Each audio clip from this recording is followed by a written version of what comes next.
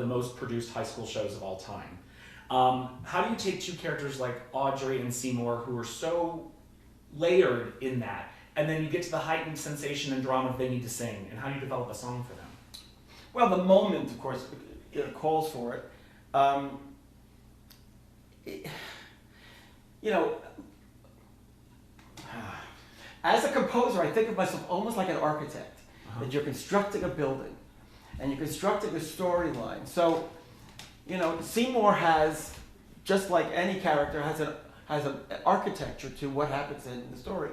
He starts as this guy who feels like he's nothing. He's just, you know, he's happy to have a crust of bread and a little bit of water and sleep under the whatever, under the desk at Mr. Mushnick's flower shop. But then he sees Audrey and he goes, "Oh my, I love her, but she would never be with me." And then along comes Audrey too, and there's, you know, that moment where the plant says, "You could be more than, you know, that, if you just do, you know, feed me blood." And of course, then he finds himself in this Faustian bargain, and he's, you know, for a very good purpose, he's doing some bad things. Sure. And what happens? And that engages you in his story. I mean, Audrey, you have this girl who has a very, very, you know, as he says, low self-esteem,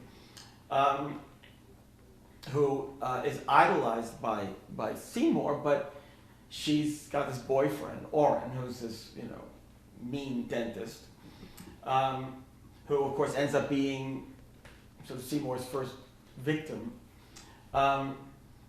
And she dreams of being in this, you know, little development, you know, and it's the saddest little dream, but, you know, it touches us because it's so little, you know, plastic on the furniture to keep it neat and clean. So each moment as you get to it has an emotional kernel to it, and every moment you want to go from point A. You go from the first song. Well, we want to establish a vocabulary. What is the show about, and what's the tone? Well, the show is a Faustian tale about the end of the world in a sort of laughing way. But how does it sound? It sounds like it's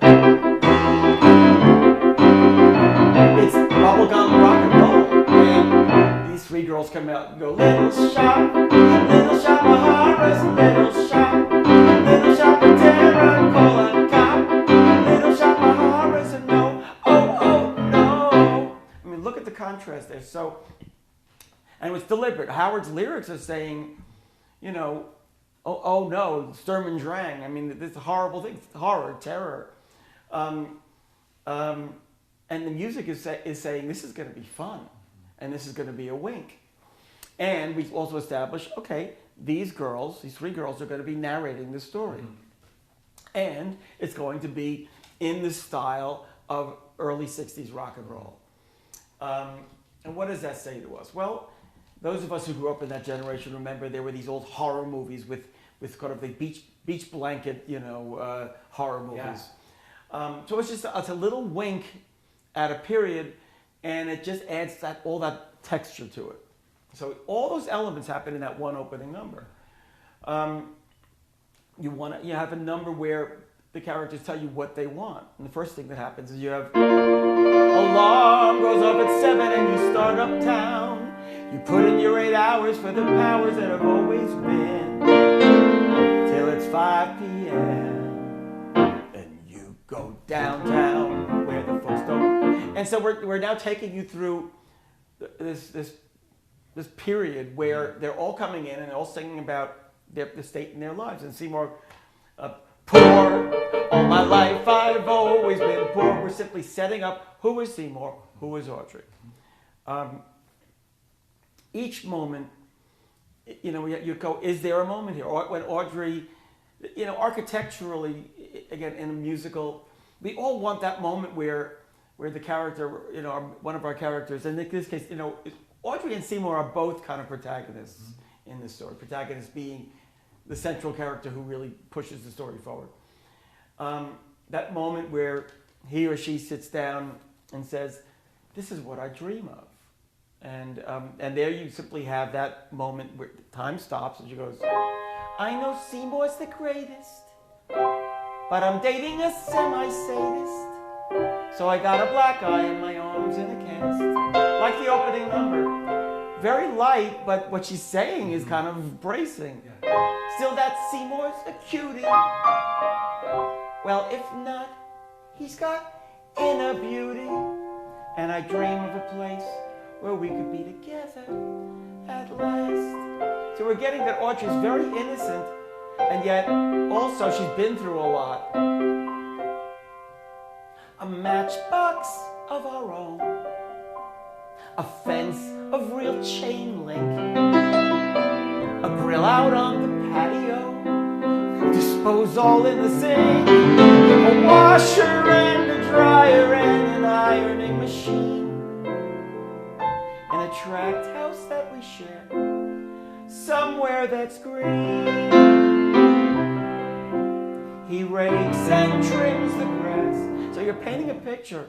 And we're also deliberately setting up a title that says Somewhere That's Green, knowing that later in the show, Audrey 2, she's going to end up in Audrey 2, and she's going to say, now I'm going to be somewhere that's green. And so that's all, you're setting up elements that you're going to pay off later in the story.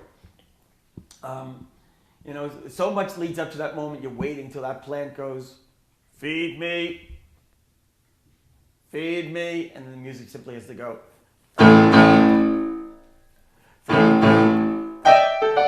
Feed me, Seymour, feed me all night long. A little bit of howling wolf there, and you know, the character, Audrey 2 kind of has that look about him, and you want this to be like a blues man out of Chicago, and he should be nasty.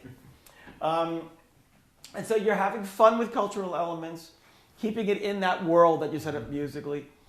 Always that wink, so the audience goes, "Oh, I get what you're doing.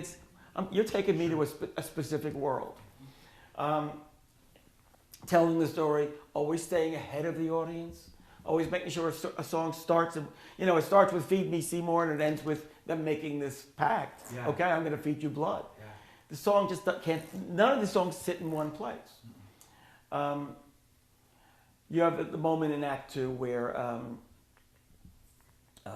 finally Seymour and Audrey connect romantically, and she's confessing how she just feels so guilty because of Orrin, and she feels so lost, and he looks at her and he goes, "I know you're a very nice girl, Audrey.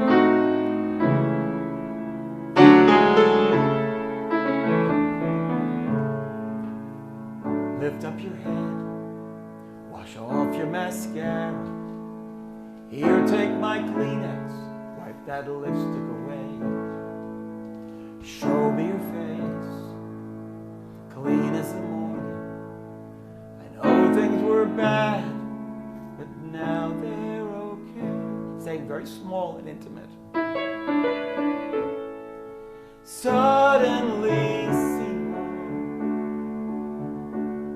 is standing beside you.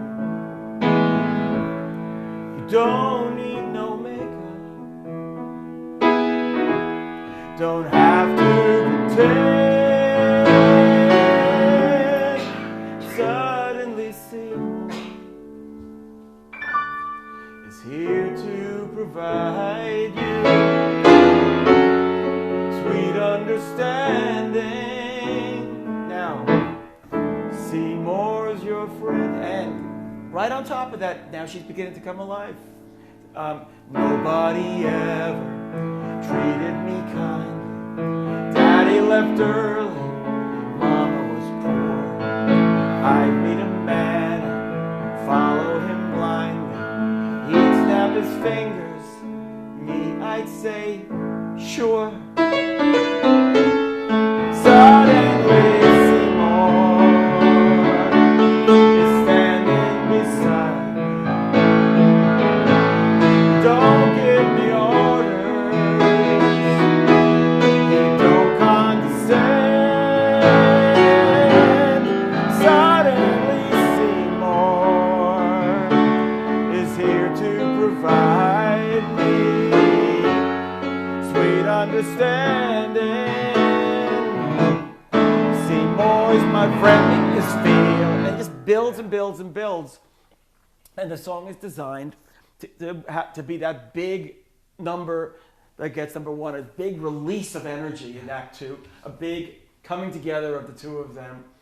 And you have to earn those moments. So you can't just throw a moment in like that, anywhere. It has to be earned dramaturgically, and then you build it.